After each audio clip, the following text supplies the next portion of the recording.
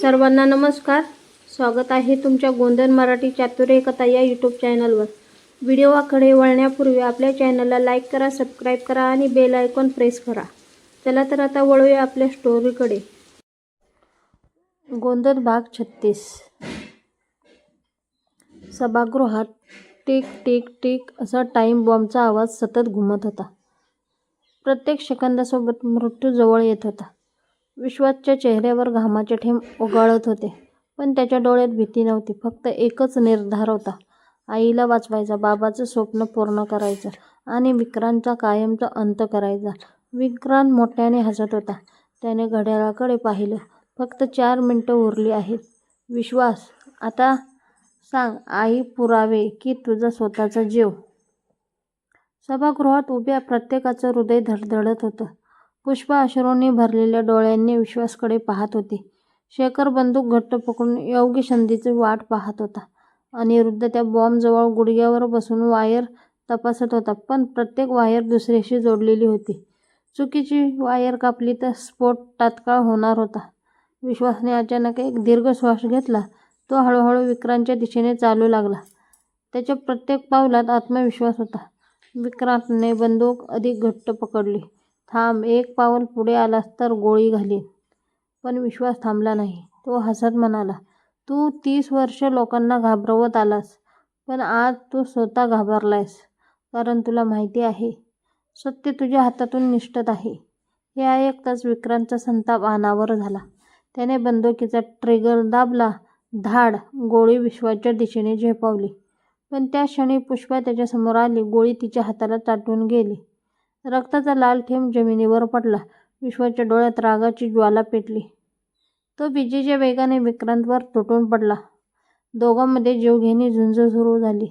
बंदूक दूर जाऊन पडली. सभागृहात धूळ उडाली. दगड कोसळू लागले आणि टाईम बॉम्बवर फक्त 2 मिनिटं शिल्लक राहिली. इतक्यात अनिरुद्धने बॉम्बच्या आत एक गुप्त कप्पा पाहिला.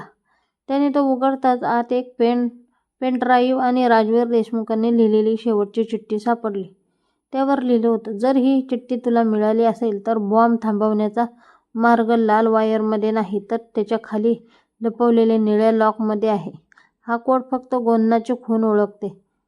अनिरुद्धने लगेच विश्वासला हाक मारली. विश्वास, लवकर, तुझ्या हातावरचं गोंधनच हा बॉम्ब निष्क्रिय करू शकतं. विश्वासने क्षणाचाही विलंब न करता विक्रांतला जोरात ढकललं. तो बॉम्बजवळ धावत गेला. त्याने आपल्या हातावरील गोंधन त्या निळ्या लॉकवर ठेवताच संपूर्ण मशीन निळ्या प्रकाशाने उजळून निघालं. पण त्याच वेळी विक्रांत पुन्हा उठला. त्याने जमिनीवर पडलेली बंदूक उचलली आणि थेट विश्वासच्या पाठीवर रोखत थंड आवाजात म्हणाला, जर तू बॉम्ब थांबवलास तर पहिली गोळी तुझ्या पाठीमध्ये जाईल आणि यावेळी तुला वाचवायला कोणीही येणार नाही. सभागृहात पुन्हा मृत्यूसारखी शांतता पसरली. विश्वासच्या हातावरचं गोंधन तेजाने चमकू लागलं आणि पुढच्याच क्षणी संपूर्ण भूमिगत कक्षात एक रहस्यमय प्रकाश पसरू लागला. संपूर्ण भूमिगत कक्षात निळसर प्रकाश पसरला. विश्वासच्या हातावरचं गोंधन जणू जिवंत झाल्यासारखं चमकू लागलं. त्या प्रकाशामुळे भिंतीवर कोरलेली शेकडो गोंधनही उजळून निघाली. क्षणभर सगळे थक्क होऊन ते दृश्य पाहत राहिले. विक्रांतच्या चेहऱ्यावर पहिल्यांदाच भीती स्पष्ट दिसत होती. त्याने बंदूक अधिक घट्ट पकडली, पण त्याच्या हाताचा थरकाप लपत नव्हता. विश्वासने डोळे मिटले. त्याला राजवीर देशमुखाचा आवाज पुन्हा कानात ऐकू आला. विश्वास, गोंधन ही फक्त खून नाही, ती आपल्या रक्तात जपलेली जबाबदारी आहे. सत्यासाठी लढणाऱ्यालाच तिचं सामर्थ्य मिळतं. त्या शब्दांनी विश्वासने आपला हात त्या निळ्या लॉकवर पूर्णपणे ठेवला. काही क्षण संपूर्ण यंत्रणा थरथरली. मग एकामागून एक लाल दिवे बंद होऊ लागले. टाईम बॉम्बवरचं घड्याळ अजूनही चालू होतं. 30 सेकंद, 29, 28. अनिरुद्धने मोठ्याने ओरडत सांगितलं, विश्वास, हात काढू नकोस. शेवटच्या क्षणापर्यंत लॉक सक्रिय ठेवावं लागेल. त्याच वेळी विक्रांतने रागाच्या भरात ट्रिगर दाबला. धाड! गोळी विश्वासच्या दिशेने झेपावली. पण क्षणार्धात शेखर त्याच्या समोर आला. गोळी त्याच्या खांद्यात घुसली. शेखर वेदनेने खाली कोसळला. तरीही तो ओरडला, विश्वास, मागे वळू नकोस. बॉम्ब थांबव. पुष्पा धावत शेखर जवळ गेली. तिच्या डोळ्यात अश्रू होते, पण तिने त्याच्या जखमेवर ओढणीचा तुकडा घट्ट बांधला. दामोदरने संतापाने विक्रांतवर झेप घेतली. दोघांमध्ये पुन्हा जीवघेणी झुंज सुरू झाली. सभागृहात गोळीबाराचे आवाज, दगड कोसळण्याचा गडगडाट आणि टाईम बॉम्बचा वाढता आवाज हे सगळे एकाच वेळी घडत होतं. शेवटी घड्याळावर 3, 2, 1 असा आकडा चमकला आणि अचानक बीपी. संपूर्ण सभागृह शांत झालं. टाईम बॉम्ब निष्क्रिय झाला होता.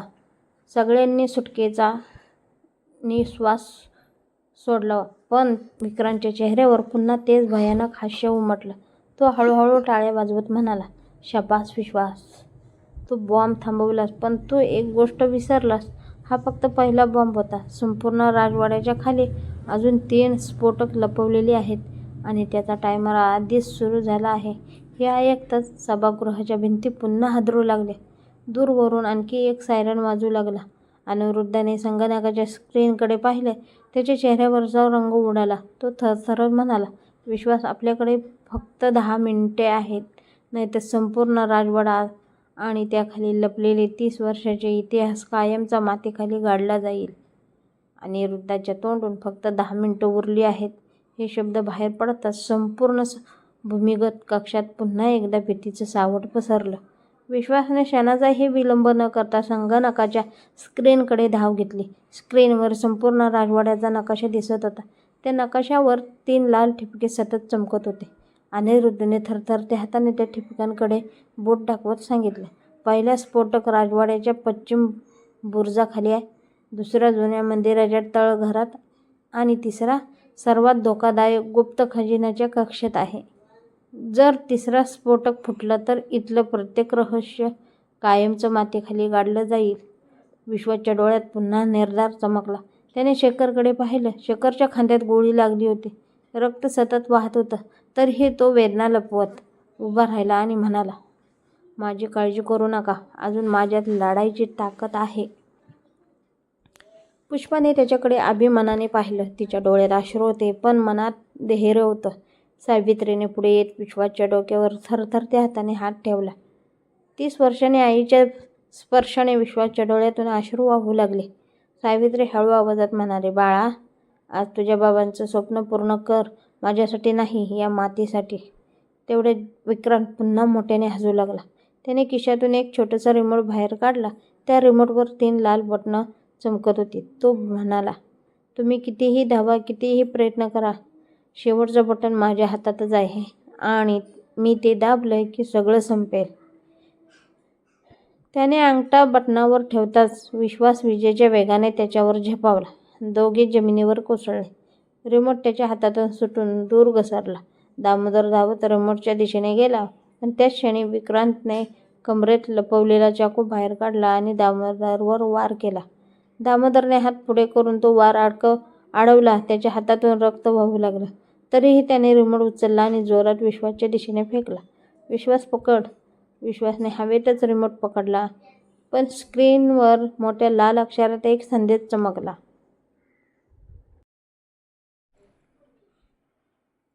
Remote locked, final code required. अनिरुद्धने संगणकावर वेगाने टायमिंग सुरू केलं. काही क्षणांनी त्याच्या चेहऱ्यावर धक्का उमटला. तो थरथरत म्हणाला, हा कोड कोणालाच माहिती नाही. तो फक्त राजवीर देशमुखांनी तयार केलेला होता आणि त्यांनी तो एका अशा ठिकाणी लपवलेला आहे जिथे कोणीही कधी संशय घेणार नाही. विश्वासने क्षणभर डोळे मिटले. त्याला अचानक बाबांचं ते जुनं घड्याळ आठवलं. तेच घड्याळ जे रणजितने मंदिरात दाखवलेलं होतं.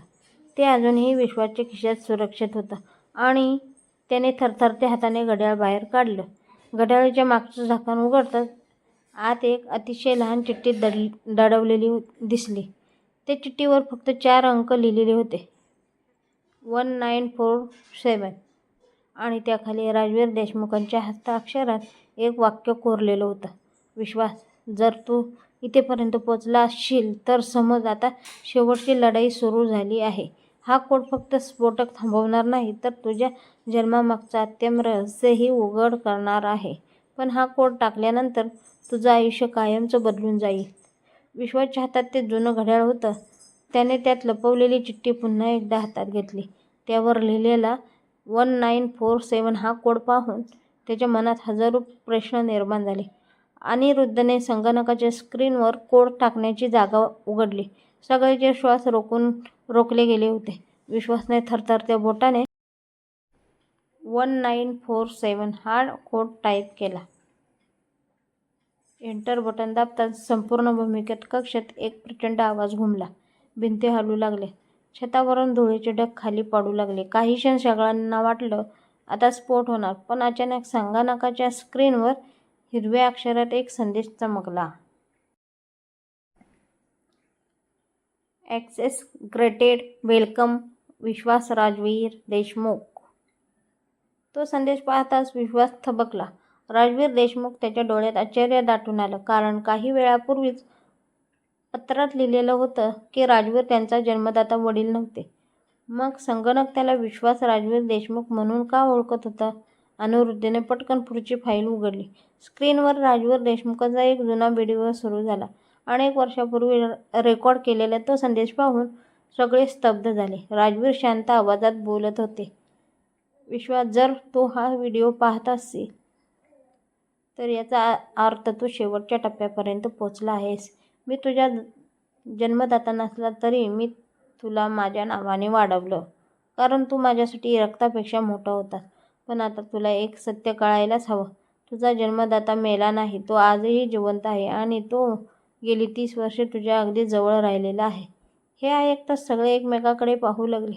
दामोदरचा श्वास अडकला. शेखरच्या चेहऱ्यावर भीती स्पष्ट दिसू लागली. पुष्पाने विश्वासचा हात घट्ट पकडला. सावित्रीच्या डोळ्यातून अश्रूचा पूर वाहू लागला. राजवीर पुढे म्हणाले, तुझा जन्मदाता दुसरा कोणी नसून. इतक्यात अचानक संपूर्ण स्क्रीन काळी पडली. विक्रांत मोठ्याने हसू लागला. त्याने विजेचा मुख्य स्विच बंद केला होता. संपूर्ण सभागृह अंधारात बुडालं. फक्त आपत्कालीन लाल दिवे लुकलुकत होते. अंधारात विक्रांतचा आवाज घुमला. इतक्या सहज तुला सत्य कळेल असं वाटलं? तुला वाटलं नाही विश्वास, आधी मला हरव, मगच तुझ्या जन्माचं रहस्य समजेल. अचानक अंधारातून सलग 3 गोळ्या झाडल्या गेल्या. धाड धाड धाड. पुष्पा जोरात किंचाळली. विश्वासने तिचा हात पकडण्यासाठी पुढे झेप घेतली, पण त्याच्या हाताला फक्त रक्त लागलं. त्या अंधारात गोळी नेमकी कोणाला लागली होती हे कोणालाच समजलं नव्हतं. सभागृहात फक्त वेदनांची एक हृदय पिळवटून टाकणारी किंकाळी घुमत होती.